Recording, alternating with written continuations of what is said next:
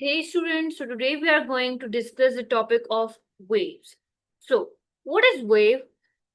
Waves are a fundamental concept in the study of energy and its transfer. They act as means of transferring energy between different sources.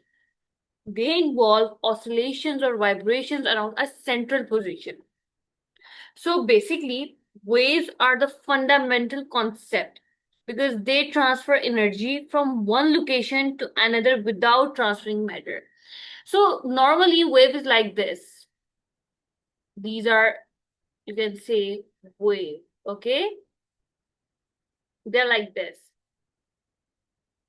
Okay, so they are created through oscillations or vibrations around a central fixed position. Okay, so what is amplitude? Okay, amplitude refers to the maximum displacement of a point on a wave from its rest position. It measures the intensity or strength of the wave. The greater the amplitude, the more energy the wave carries. Amplitude is usually measured from the rest position to the peak of the trough. So basically, amplitude is what the maximum distance a wave moves away from its rest position. It is measured from the center to the absolute highest point, okay, and or the lowest point. And it indicates the intensity or a power of wave. Like larger amplitude is equals to more energy. Wavelength. Okay. So wavelength is a distance covered by a complete cycle of the wave. It is commonly measured from peak to peak or trough to trough.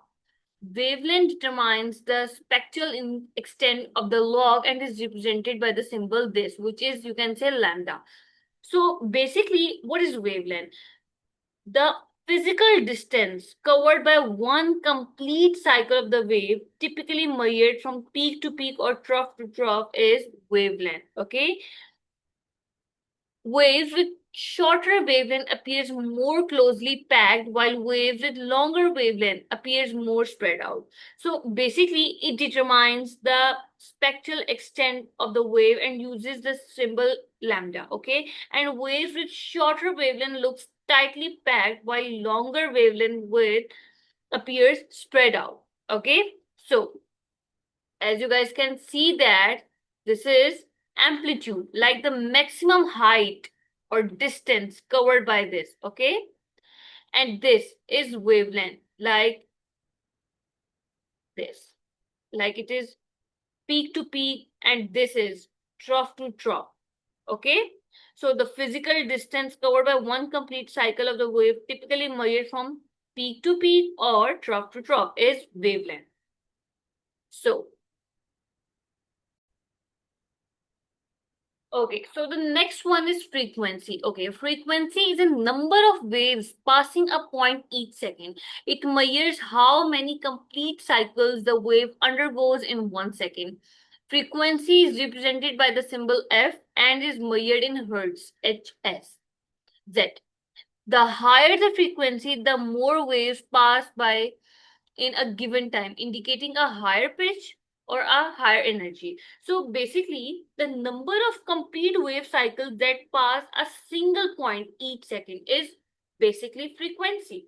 And it uses the symbol F and is measured in hertz, Hz. And higher frequency indicates a higher pitch in sound waves or high energy in electromagnetic waves. Okay, students? Okay. For example, what are the amplitude, frequency, and wavelength of the wave in the given figure? Yes.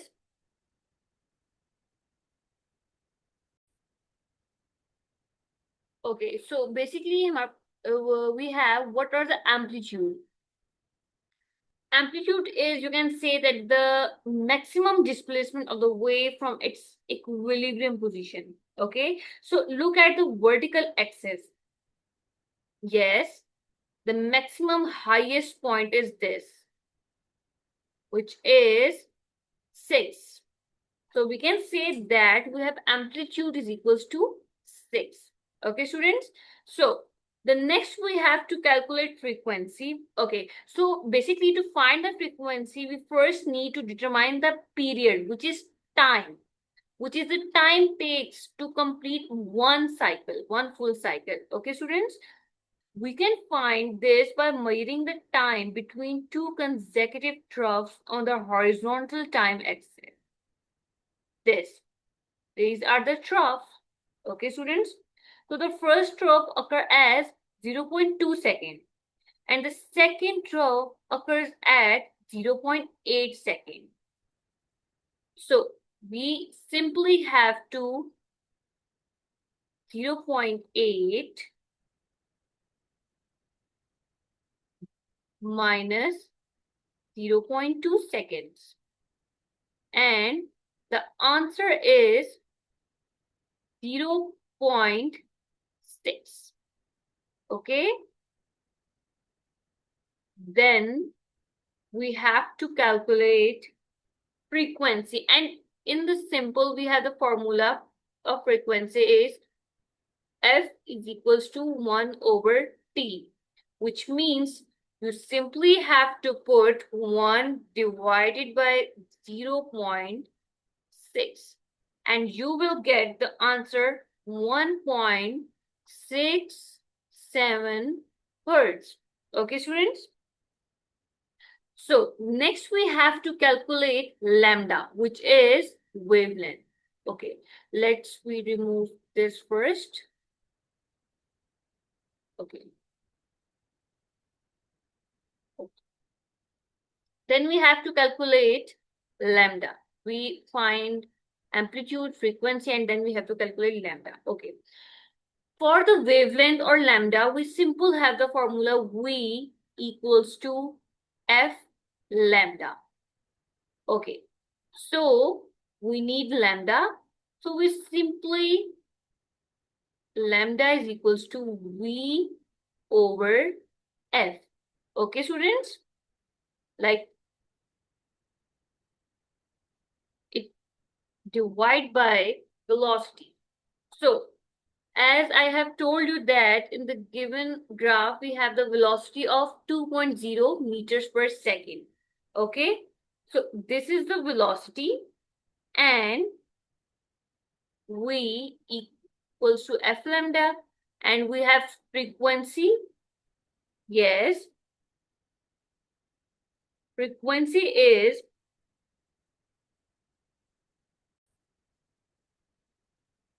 and we simply have formula lambda is equals to V dot T.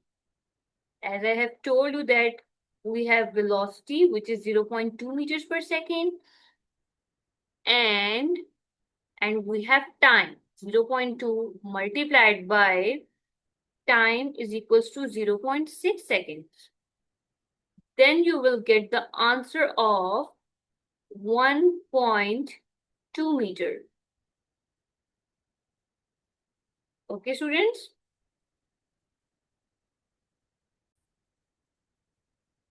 So the next topic is compare energy of waves. Okay. So all waves, irrespective of their nature or source, carry energy. The energy of the wave depends on both the amplitude and the frequency. The energy carried by a wave is directly proportional to its amplitude. This means that waves with a larger amplitude carry more energy and waves with smaller amplitude carry less energy. Similarly, the wave with higher frequency has more energy. So basically, we are saying that waves energy depends on both amplitude and frequency. Okay, so okay,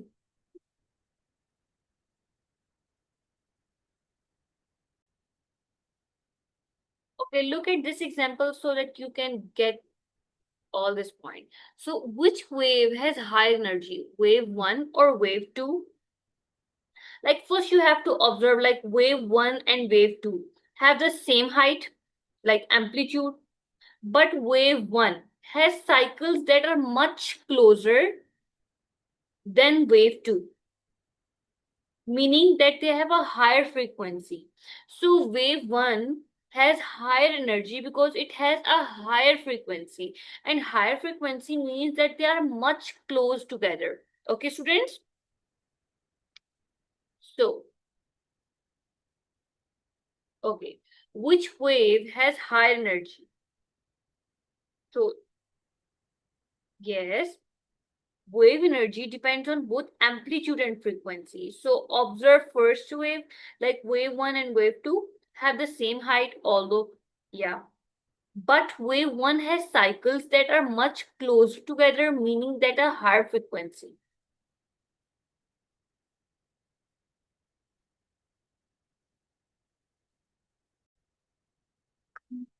As you guys notice that both waves share the same cycle spacing, but wave 1 has a peak height of, you can say, 1.0, while wave 2 only reaches 0.5.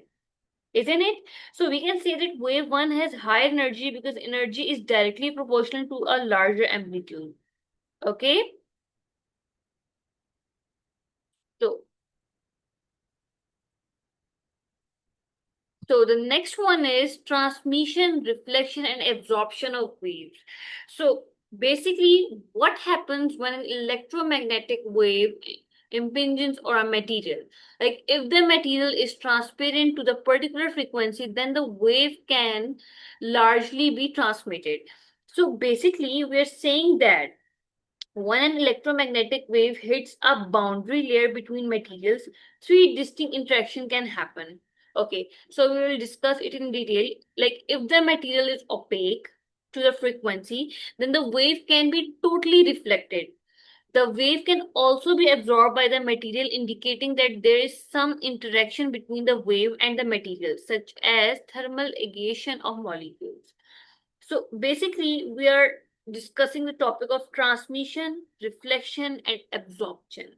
Okay, so these three criteria, which we will discuss in detail, we are saying that the transmission process, like the wave passing directly through the boundary into the second medium, this happens if the material is transparent to that specific frequency. Okay, so this is basically transmission, this one.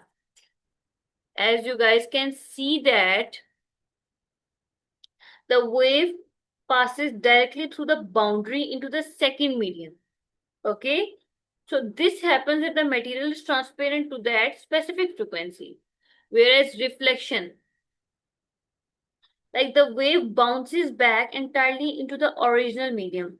This occurs when a material is completely opaque to that frequency. Okay, and the next one is absorption. Like as you guys can see that the wave's energy is captured by the material. This interaction converts the wave energy into thermal energy, like heat within the molecules of an object. Okay, so these three processes are involved. So the next one is electromagnetic waves. Okay, so electromagnetic or EM waves are created from vibrations between electric and magnetic fields. Electromagnetic waves do not need a medium to propagate, making them ideal for information transfer. So basically, electromagnetic waves are generated by synchronized vibration between electric and magnetic field. Okay, and they do not require a physical medium like air or water to travel, making them perfect for transferring information across space. Okay, for example, electro waves are used for radios, television, and medical imaging devices in everyday's life. Application of infrared waves. Okay, so infrared waves or infrared light are part of electromagnetic spectrum.